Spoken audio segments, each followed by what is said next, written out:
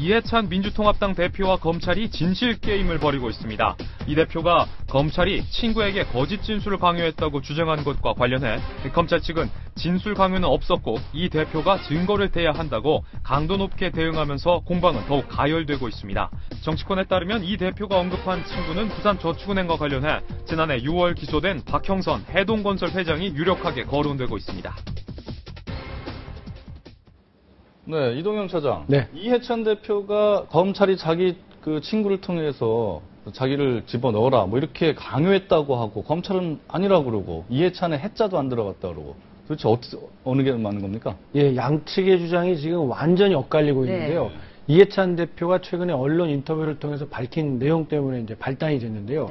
이해찬 대표는 이렇게 발언했습니다. 이 저축은행 수사로 구속된 내 친구가 검찰 조사 과정에서 검사로부터 자, 이해찬에게 2억 원을 준 사실을 불어라 라는 진술을 강요당했다고 주장을 했습니다.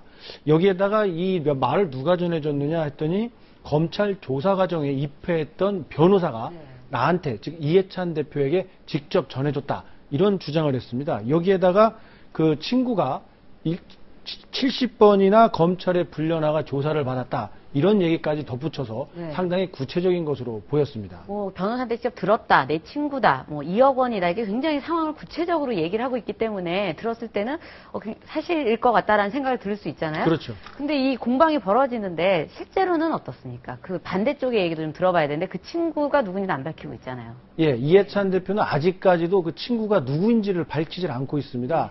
하지만 추측을 해볼 수가 있는데요. 그 저축은행 비리 때문에 구속된 사람들의 면면을 따져보면 이해찬 대표가 1952년생입니다. 그래서 1952년생 중에는 이 박형선 해동건설 회장이 있습니다. 이 부산저축은행 2대 대주주이기도 한 사람인데요.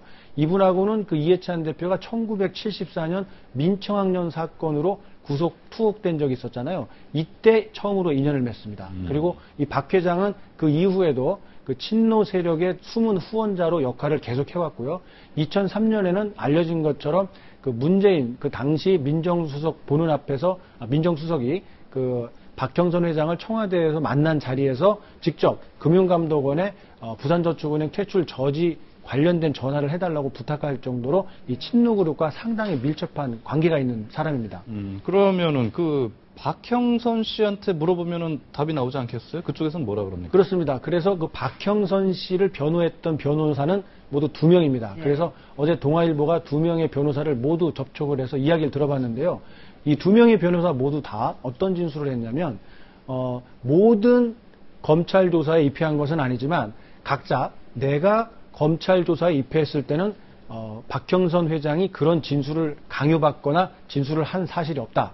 그리고 2명의 변호사 모두 그랬습니다. 내가 개인적으로 이해찬 대표를 알지 못하기 때문에 그런 발언을 내가 전해준 적이 없다. 이렇게 얘기를 하고 있습니다. 재밌는 사건인데 이 차장 말씀을 들어보면 일단은 친구로 뭐 보여지는 분은 그분 외에는 다른 사람은 없는 것 같고, 그렇습니다. 근데 그 사람은 아니다라고 얘기하고 변호사도 전해주지 않았다라고 얘기를 하는 거예요. 근데 이제 공통적으로 맞는 팩트는 70여 차례 불려갔다, 조사를 자주 받았다. 이거는 사실인 거죠. 그렇습니다. 그렇게 받는 과정에서 실제 이런 이야기가 오갔을 가능성도 있다고 보이진 않나요? 예, 그렇게 좀 의심할 수 있는 대목이 있는 것은 사실입니다. 특히 그 박형선 회장이 작년부터 횟수는 아직 정확하게 나오지 않았습니다만 수십 차례, 70여 차례 가깝게 상당히 검찰에 자주 불려간 게 사실이고요. 또 이해찬 대표는 이런 말 했습니다. 그 친구가 최근에 보석으로 풀려났다. 이런 말도 했는데 실제 이 박형선 회장은 병보석으로 지금 풀려나 있는 상태입니다. 이런 점으로 볼 때 이해찬 대표의 발언에 어느 정도 신빙성이 있고 대단히 구체적으로 보입니다. 하지만 검찰에서는 자, 검찰 조서를 모두 공개할 수 있다. 이걸 보면 어느 대목에서도 검사가 박형선 회장에게 그런 말을 강요하거나 한 적이 전혀 없다.